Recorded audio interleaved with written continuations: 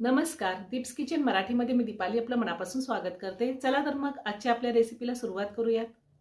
आज मी तुम्हाला वांग्याची सुकी भाजी करून दाखवणार आहे। तर त्यासाठी आपल्याला काय साहित्य लागतं ते आपण पाहूया। मी 250 ग्रॅम वांगी घेतली।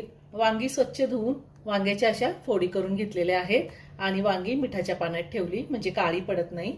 एक मोठा कांदा उभे काप देऊन कट करून घेतलेला आहे। 6 ते 7 लसणाच्या पाकळ्या घेतल्या आहेत। 9-10 कढीपत्त्याची पानं, 1 चमचा धने, अर्धा चमचा जिरे, 1 चमचा तीळ आणि 8-9 काळी मिरी घेतलेली आहे। अर्धा चमचा हळद, 1 चमचा लाल तिखट। तिखटाचं प्रमाण तुम्ही तुमच्या आवडीनुसार कमी किंवा जास्त घेऊ शकता। 2 सुक्या लाल मिरच्या घेतल्यात आणि चवीनुसार मीठ लागणार आहे। भाजी करण्यासाठी आपल्याला तेल लागणार। मी गॅसवर पॅन ठेवलाय, त्यामध्ये 1 छोटा चमचा तेल घालते। आपल्याला हा कांदा तेलावरती परतून घ्यायचा आहे। त्यातच लसणाच्या पाकळ्या घालते, धने घालायचे, तीळ, जिरे, काळी मिरी आणि सुक्या मिरच्या तोडून घालते मी। आता हे 2 ते 3 मिनिटं आपण व्यवस्थित परतून घेऊया।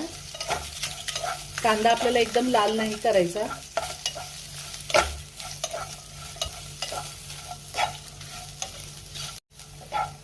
आता हे व्यवस्थित परतून झालेलं आहे। मी मिक्सरच्या भांड्यातच काढून घेते आणि थंड झाल्यावर आपल्याला मिक्सरला वाटून घ्यायचे। पाणी न घालताच मिक्सरला वाटून घ्यायचे। आता हे थंड झालेलं आहे, यातच मी लाल तिखट घालते आणि पाणी न घालता मिक्सरला फिरवून घेणार आहे। मी हे मिक्सरला वाटून घेतलेलं आहे।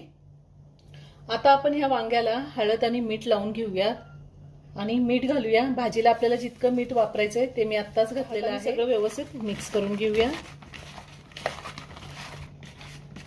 वांग्याला मी हळद मीठ लावून घेतलेलं आहे। आता आपण भाजी करून पॅन ठेवलाय, त्यामध्ये 2 चमचे तेल घातले। आपल्याला भाजी करताना अजिबात पाण्याचा वापर करायचा नाही, तेलावरच ही भाजी वाफवून घ्यायची आहे। तेल गरम झालंय, कढीपत्ता घालूया। त्यातच वांग्याच्या फोडी घालायच्या। आता आपण ह्या वांग्याच्या फोडी व्यवस्थित परतून घ्यायच्या, चांगल्या फ्राय करून घ्यायच्या। साधारण 75 ते 80% चांगले शिजेपर्यंत परतून घ्यायचे आहेत। साधारण 3 ते 4 मिनिटं मी वांगी चांगली परतून घेतली आहे। आता आपल्याला यामध्ये हा जो मसाला आपण वाटून घेतलेला आहे तो मसाला घालायचा आहे आणि पुन्हा 3 ते 4 मिनिटं आपल्याला मसाल्यासोबत वांगी परतून घ्यायची आहे।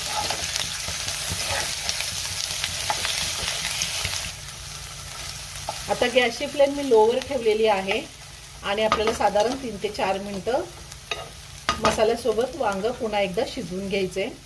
साधारण 3 मिनिटं झालेली आहे। आपली वांग्याची भाजी तयार करून झालेली आहे। वांगे एकदम छान शिजले। वांग शिजायला जास्त वेळ लागत नाही। वरतून थोडी कोथिंबीर घालते आणि भाजी एका प्लेटमध्ये काढून घेते। खूप छान झाली भाजी। तुम्ही सकाळी टिफिनसाठी सुद्धा ही भाजी बनवू शकता। मी काढून घेते भाजी। तुम्ही या टायमिंगला थोडं लिंबाचा रस सुद्धा या वांग्याच्या भाजीवर घालू शकता आणि पुन्हा एकदा मिक्स करून घ्यायचे, तरी छान लागतं वांग। तयार झाली वांग्याची सुकी भाजी, खूप छान झाली आहे। तुम्ही ह्या पद्धतीने एकदा नक्की करून पहा। व्हिडिओ जर आवडला असेल तर व्हिडिओला लाईक आणि शेअर करायला विसरू नका। रेसिपी आवडली असेल तर कमेंट करून नक्की कळवा। पुन्हा भेटूया अशाच एका छानशा साध्या आणि सोप्या रेसिपी बरोबर। धन्यवाद।